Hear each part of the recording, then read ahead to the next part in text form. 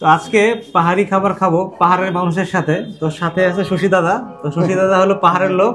তো পাহাড়ের লোকের মুখে শুনবো যে দোকানে যে পাহাড়ি খাবারগুলো সেল করে, এটা কি অ্যাকচুয়ালি তারা বাসায় যে খাবারটা খায় সিমিলার টেস্ট কিনা। দাদা বলেন, খান, খেয়ে আপনি আপনার টেস্ট আচ্ছা, কেমন লাগছে বলেন। খাবারটা হচ্ছে যে আসলে বাজারে আনা হয়েছে, আমরা তো রেগুলার এই আমাদের অনেক আগেকাল থেকে এটা আমরা পাহাড়ি খেয়ে অভ্যস্ত, তাই না? জি যে খেয়ে অভ্যস্ত যেহেতু, সেটা আমরা আস্তে আস্তে আমাদের যে জেনারেশন গুলোতে চলে যাচ্ছে। জি চলে যাওয়ার কারণে এই খাদ্যটা, আমাদের ফুড হ্যাবিটটা আমরা ভুলে যাব। সেটা হচ্ছে যার কারণে এখন আমরা বাজারে এই ফুডগুলো আনা হয়েছে যে যেন এখান বর্তমান যে আমাদের জেনারেশনগুলো আসছে এই হ্যাবিটটা যেন ভুলে না যায়। যেহেতু আমরা কেন কেন আনা হয়েছে, একটা কারণ হচ্ছে যে আমরা তো ওয়েল জিনিসটা পছন্দ করি না। দ্বিতীয় কথা হচ্ছে আমরা বেশিরভাগ তো স্টিম ব্রয়লার এগুলো খাওয়ার অভ্যস্ত। আচ্ছা আর আপনারা যেমন আপনাদের ভিতরে বিরিয়ানি, কাচ্চি, এগুলো তো আমরা হ্যাবিট না। আচ্ছা যার কারণে এখানে, আর এখানে বাজারে আমার বাসা বাড়িতে আমরা যেটা খাই তার সাথে টেস্ট হচ্ছে এটা। কেননা এখানে বাসা বাড়িতে ওই ধরনের এখন যে মরিচ মশলাটা পাওয়া যাচ্ছে সেটা অ্যাভেলেবেল পাওয়া যায়। আচ্ছা ওইটা তো বাসা বাড়িতে খাওয়া হয়েছে, জাস্ট খাইতে হবে, সকালে নাস্তা করতে হবে বা খেতে হবে তার কারণে। আর এখানে যখন শহরে যখন এই জিনিসটা আনতে পর্যাপ্ত অনেক, যে আপনি বিভিন্ন মরিচ মশলা এগুলো তো এইভাবে পাবেন না ওখানে। আচ্ছা আচ্ছা যেমন ব্ল্যাক পেপার আপনি পাহাড়ে পাবেন, একটু ডিফিকাল্ট। হ্যাঁ, তাহলে এই ব্ল্যাক পেপার গুলো যখন পাবেন না, তাহলে খাবারটা টেস্টি তেমন আসবে না।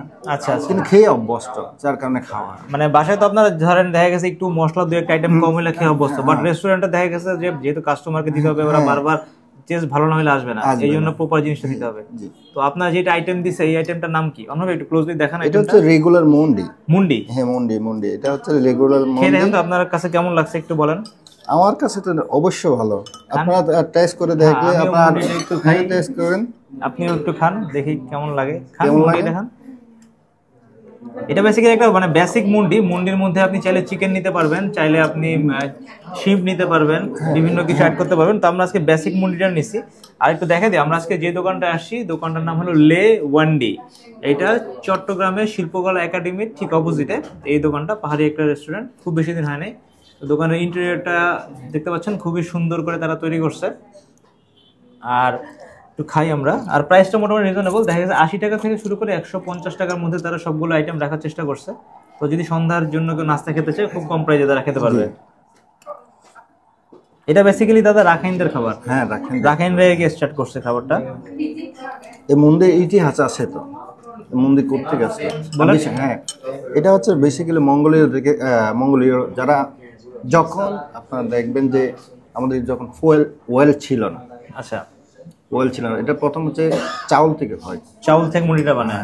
আচ্ছা, চাউলের গুঁড়া থেকে হয়। আচ্ছা, আর সেটা আস্তে আস্তে যখন মানুষকে খেতে হবে, এটা খাবারকে বেঁচে রাখার জন্য এখন মার্কেটে চলে আসছে। বুঝতে পারছি। আর এই খাবারটা আপনি থাইল্যান্ডে গেলে পাবেন, দক্ষিণ কোরিয়া গেলে পাবেন, জাপানে গেলে পাবেন, চায়না গেলেও পাবেন। একটা আমি বলি, যেমন যারা বাংলাদেশ উপজাতি আছে বা পাহাড়ে থাকে, তাদের সাথে কিন্তু আপনার চেহারার দিক থেকে মানে ওই চাইনিজ কোরিয়ানদের একটা মিল আছে, এবং তাদের গায়ের কালার বা চুলের যে ধরনের এবং খাদ্যাভ্যাসের সাথে একটা মিল আছে।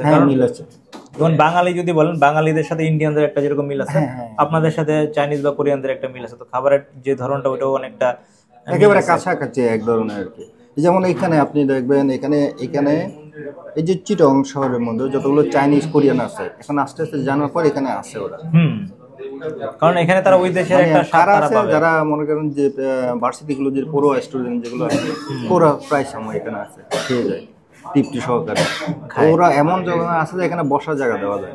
মানে আমরা যখন দেশের বাইরে যাই, ধরেন কথার কথা আমরা কেউ চায়না গেলাম, তো চাইনিজ খাবারটা খাইতে খেতে তো আমরা তখন ভালো লাগে না, তখন আমরা খুঁজি কোথায় বাঙালি রেস্টুরেন্ট। তো যে ভাইয়েরা পাহাড়ে থাকে, তারা দেখা গেছে যে ঢাকা শহর বা চিটাগাঙে যখন ঘুরতে আসে, চিন্তা করে পাহাড়ি খাবারটা আমি কোথায় খেতে পারবো। তো ওইখানে তারা সার্চ করে দেখেন, দেখতে পাচ্ছেন পিছনে বেশ অনেকটা ভিড় অলরেডি আছে। অনেকেই ম্যাক্সিমাম ভাইয়েরা পাহাড় থেকে আসছে তারা খাওয়ার জন্য।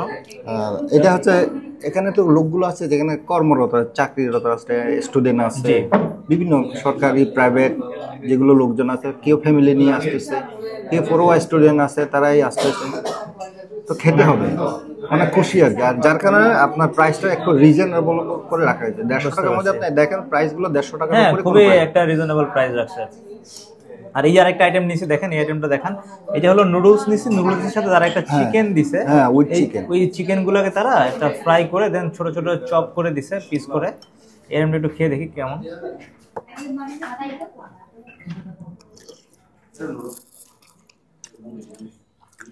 ও আনকমন আছে জিনিসটা।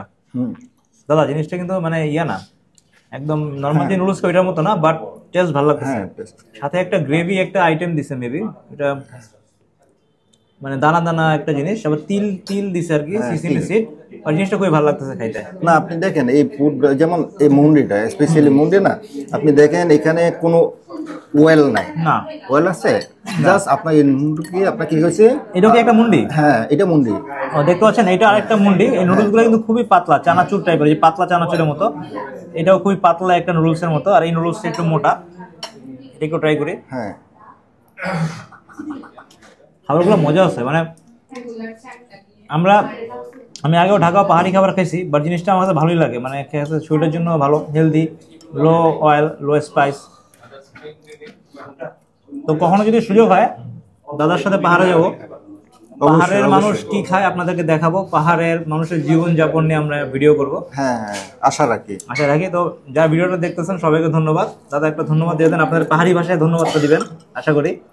একটা এখন পাহাড়িদের যারা যারা দেখবেন, পাহাড়ি যারা ভিউয়ার্স দেখবেন, তাদেরকে আমি জানাই নমস্কার, রিকু ভাইয়া,